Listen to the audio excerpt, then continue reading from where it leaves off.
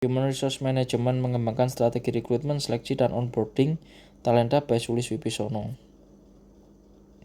Orang krusial yang akan cari adalah seorang apoteker atau medical expert. Ada 3 kompetensi yang harus kita pertimbangkan dalam mencari the right person untuk perusahaan kita. Yang pertama adalah skill, yang kedua adalah knowledge, yang ketiga adalah attitude. Skill yang paling utama yang harus dimiliki seorang apoteker ialah manajemen pengelolaan apotek. Apoteker adalah orang tunggal atau penanggung jawab tunggal di apotek. Sehingga dia harus memiliki ilmu manajemen untuk pengelolaan apotek mulai dari produk dan SDM yang ada di apotek. Yang kedua adalah leadership. Dia harus mempunyai jiwa kepemimpinan yang berani dan tegas dalam mengambil keputusan. Yang ketiga adalah mengedukasi dan memberikan konsultasi obat kepada pasien. Di samping pelayanan kepada pasien, apoteker harus mampu memberikan ilmunya kepada pasien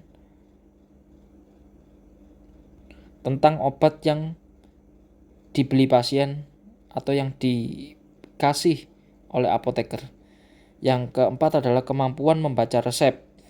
Karena apoteker ada partner tunggal dari dokter yang memvonis penyakit, dokter yang menulis resep, dan apoteker harus bisa menerjemahkan obat yang dikasih dokter sehingga dapat dikonsumsi dengan dosis dan obat yang aman, dan juga harus bisa meracik obat resep. Knowledge-nya pengetahuan tentang jenis obat. Ada 3 jenis obat keras terbatas, dan obat bebas. Apoteker juga harus bisa mengetahui SOP penyimpanan obat. Berapa lama penyimpanan obat yang aman, berapa lama dari tanggal expired-nya supaya bisa dikonsumsi dengan aman oleh customer atau pasien.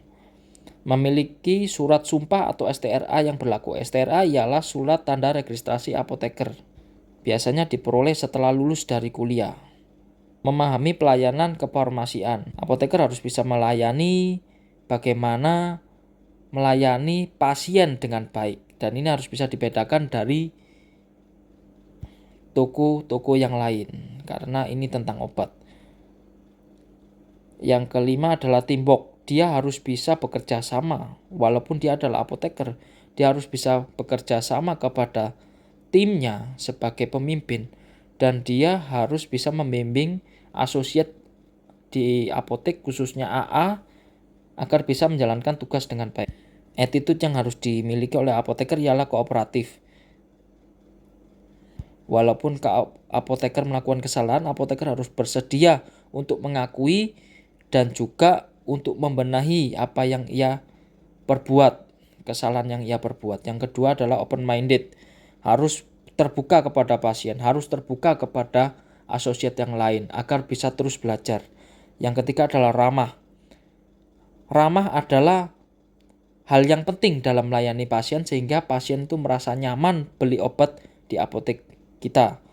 Yang keempat adalah tegas dan berani, mengingat apoteker adalah decision maker, jadi harus bisa menjadikan knowledge stocknya dan diaplikasikan di dalam apotek. Yang kelima adalah adaptif. Apoteker harus bisa adaptasi terhadap lingkungan dan isu-isu di lingkungan tersebut, seperti penyakit yang ada di lingkungan tersebut pada saat musim dingin, pilek. Jadi apoteker harus bisa menyediakan obat pilek sehingga tidak mengecewakan pasien pada saat datang ke apotek.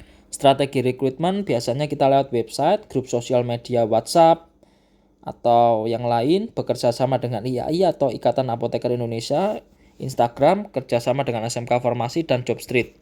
Proses onboarding biasanya tanda tangan kontrak, mempelajari produk-produk di apotek, apa saja produknya, mempelajari sistem software, SOP di apotek, laporan kegiatan harian, belajar menerima barang, menginput PU dan PI di sistem, order dan input, melakukan pelayanan, pengadaan obat, mengadakan konsultasi dan edukasi kepada pasien, menghitung gaji karyawan, dan selama 3 bulan adanya evaluasi, apa kesalahan di training, waktu pembenahannya 1 bulan, dan setelah itu keputusan untuk kelanjutan kontrak selama 3 tahun. Terima kasih.